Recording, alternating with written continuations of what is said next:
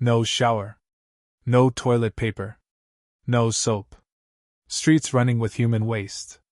A plague that kills half the city in months. This is London. 1348. You are about to live one full day here. Dawn breaks. You wake on straw. One room. Smoke from dying fire. Wife beside you.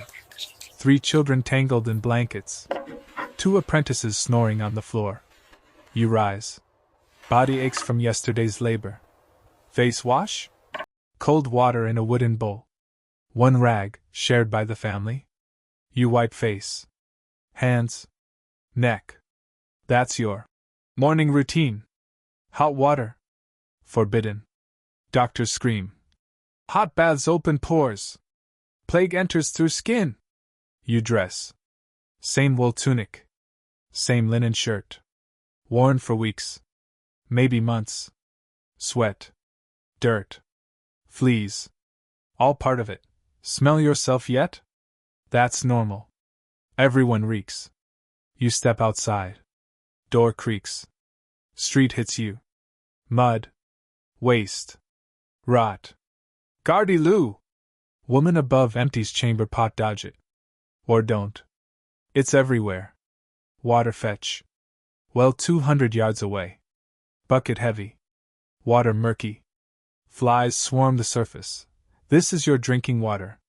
Your cooking water. Your face water. Breakfast cold pottage. Oats. Vegetables. Whatever left over. Maybe rat hair inside. You eat anyway. Filth splashes near your feet. Nature calls now. No paper. No privacy. What do you grab? The truth is disgusting. Stay tuned. You head to the corner. Chamber pot under bed. Wooden bucket. You squat. Finish. Wipe, no soft tissue. No rolls. Peasants grab, moss from yard. Hay scraps. Leaves if lucky. Smooth stones sometimes. Or just hand. Then rinse in bucket if water nearby. Wealthier? Linen rag. But 1 rag per family. Hangs on wall. Used by all. Days old. Imagine that rag. Shared. Never washed. Pot full. You carry to window. Open shutters. Dump. It falls to street. Hits ground. Sometimes hits passerby. Curses fly up. Night soil men, Gong farmers, come later. Midnight. They descend into cesspits. Waist deep in waste. Shovel by hand. Lantern flickers. Poison fumes choke them. Many die young. Paid well, because no one else will do. This stench isn't just bad smell. It's breeding death. Fleas. Rats. Plague. How does one day turn deadly? You walk to work. Laborer. Carry stones. Build walls. Peasant mixes with grime. No break to clean. Sun rises. Heat builds. Itch from lice everywhere. You scratch. Bleed sometimes. Lunch stale bread. Onion if lucky. Ale weak, but safer than water sometimes. Meat? Rare. If any, often half-rotten. You swallow anyway. Hunger wins. Afternoon drags. More labor. Flies bite open sores. No bandage. No medicine. Sun sets soon. Family waits at home. But something worse arrives at night. What is it? You trudge home. Exhausted. Door opens. Smoke thicker now. Children play, in street filth. Bare feet in mud and waste. Dinner thin stew. Shared wooden bowl. Spoons if lucky. Mostly hands. You eat in silence. Too tired for talk. Night falls. You lie on straw. Itch intensifies. Lice crawl. Bites burn. And no cream. No relief. Suddenly. Your youngest coughs. Fever spikes. You feel neck. Swelling. Hard lump. Black bubo. Plague. Symptoms hit fast. Fever. Chills. Vomiting blood sometimes. Buboes swell, groin, armpit, neck. Pain unbearable. Doctor? If you find one. He bleeds you. Puts leeches. Says pray. Avoid water. It invites evil spirits. Neighbors hear. They bar doors. Fear spreads faster than disease. Streets change. Carts roll at dawn. Piled with bodies. Bell rings. Bring out your dead. Half the city gone in months. London, from 100,000 to maybe 50,000 left. Your family? One by one, fever takes them. Or you, will anyone survive the night? Half won't, night deepens. Screams echo. Houses marked with red cross. Lord have mercy. No one enters. No one leaves. You watch from window. Rats scurry. Fleas jump. They carry death. No one knows yet. Doctor's advice, herbs and nose. Vinegar sponges. Avoid baths. Stay indoors. But plague doesn't care. Pneumonic form, cough spreads it air. You breathe, you're next, bodies pile. Mass graves dug outside walls. No ceremony. Just thrown in. Your street empties. Friends vanish. This is 1348. No mercy. No medicine. Just survival, or not, dawn again. One day over. You, somehow, still breathe. But the city? Broken. Half its soul's gone forever. Now look around you today. Hot shower waiting. Toilet paper on roll. Soap. Clean water from tap. Medicine in cabinet. You complain about small things. Water too cold. Paper rough. They so stop. Right now. And ask yourself.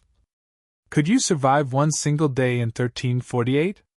Comment below yes or no. Be honest. And next time you flush. Next time you shower. Next time you wipe. Feel it. Gratitude. Deep. Real. Thank God, or just modern plumbing, for what we have. If this shook you, like.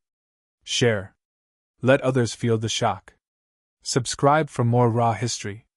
Next, deeper into the Black Death nightmare. Until then, stay clean. While you still can. Had none. Would you survive 1348? Yes/no. Comment now. Subscribe plus bell, share if shocked. 0 family weekends. Privies or outhouses, most peasant homes had a simple outdoor latrine, a wooden seat or bench over a deep cesspit, a dug pit in the backyard or garden. Waste fell directly into the pit. These were common because villages had yards/gardens, unlike cramped city homes. Chamber pots. For nighttime use inside the small one-room hut, people used wooden or clay pots, chamber pots. In the morning, contents were carried outside and emptied into the cesspit, nearby fields or ditches. Field or woods disposal. Many peasants simply went to the fields, woods, or behind the house. No privacy, just nature. This was practical in rural areas with lots of land. Manure and fertilizer use.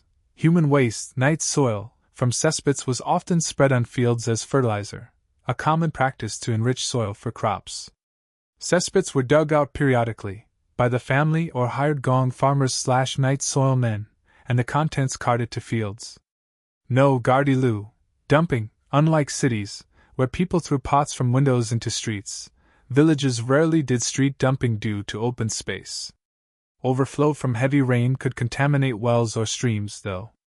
Gong farmers/night soil collectors. In larger villages, poor men did the dirty job at night, climbing into pits, shoveling waste by hand, and hauling it away, often to fields. High pay but dangerous, fumes, disease risk. Very rare full baths, peasants bathed infrequently, perhaps once a year or less, or in summer in a nearby river/stream/pond. Hot baths were avoided. Doctors believed hot water opened pores, letting plague, miasma, or bad air enter. Daily. Top and tail. Wash, face, hands, underarms, and private areas wiped with a cold water rag or cloth, shared in the family. This was the norm for cleanliness. Linen underclothes. The linen shirt or shift acted as a biological sponge, it absorbed sweat and dirt. People changed it more often than washed the body, if they could afford extra linen.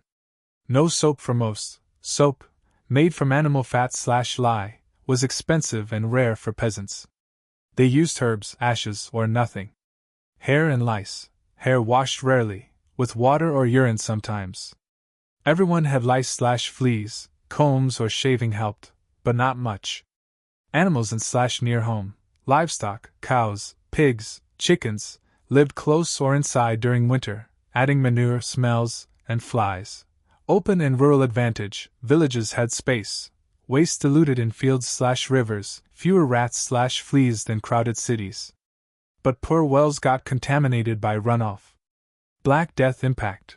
Plague still hit hard, 30 to 60 death rate in many areas, fleas on rats, attracted by waste/food scraps spread it.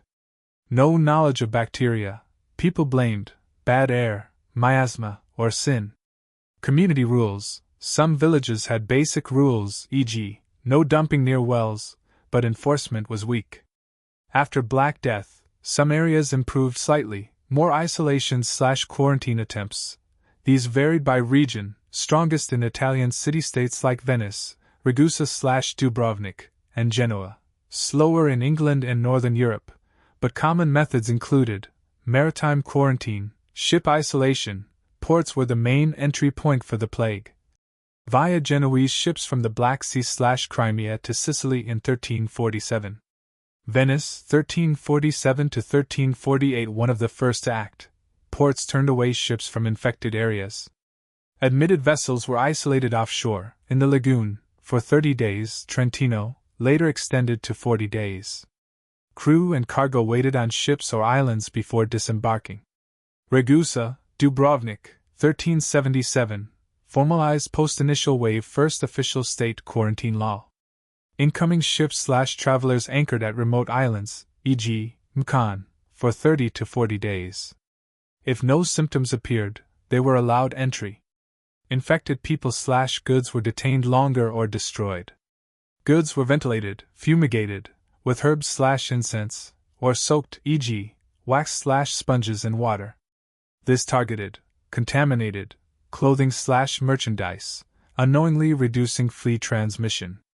Land-based isolation and house quarantine. Infected individuals and families were confined to their homes, often shut up for 40 days. Plague doctors, with beak masks, inspected cases and ordered isolation. Infected houses were boarded up, guarded, and marked, e.g., Red Cross Plus. Lord have mercy. Healthy family members were sometimes quarantined with the sick, leading to high mortality but aiming to contain spread. Lazarettos, plague hospitals/isolation islands. Venice built the first permanent one in 1423 on Santa Maria di Nazareth Island, but similar facilities emerged earlier for isolating victims away from the city. Cordon sanitaires and movement controls. Armed guards enforced barriers around infected towns/villages, sanitary cordons. Travel bans, checkpoints, and bills of health certificates proving no infection for travelers/merchants. In some cities, infected people carried white rods as markers, forgetting one could mean fines or imprisonment. Goods/people from plague areas were turned away or delayed, burning fires/herbs to purify air. Avoiding contact early, social distancing. Mass burials in remote pits to reduce exposure. Persecution of scapegoats, e.g., Jews, foreigners, blamed for poisoning wells, leading to pogroms, not effective quarantine. Effectiveness and legacy. Quarantine wasn't perfect. Implementation was slow, uneven, and resisted. People fled, hid symptoms, or bribed guards. But it slowed spread in some areas, e.g., Ragusa/Venice had lower mortality than unchecked regions. By halting movement of fleas on clothing/rodents, it worked empirically. These practices evolved into modern public health, permanent health boards, e.g., Venice's Provveditori alla Sanità, lazarettos, and global quarantine systems. The Black Death's quarantines laid the foundation for responding to later pandemics, cholera, influenza, etc. In essence, medieval people observed that leaving quickly, going far, and returning slowly helped survival, and formalized isolation as the best tool against an invisible killer. For visuals of these practices, plague doctors, lazarettos, isolated ships, marked houses, here are some relevant historical illustrations. These show plague doctors in protective gear, a lazaretto island, and a quarantined medieval house/ship scene. If you'd like to add this to your 1348 video script, e.g., a section on how they tried to stop it, the birth of quarantine, or need more details on a specific city, let me know.